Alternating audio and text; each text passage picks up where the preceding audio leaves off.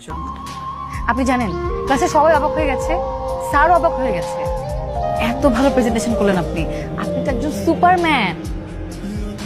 আচ্ছা, আপনি আমাকে একটা সত্যি করে কথা বলেন তো, আপনি এত ভালো প্রেজেন্টেশন কিভাবে করলেন? আচ্ছা, আপনি আমাকে এইটা বলেন, কি আপনি? আমি আমি বন জসিম বন।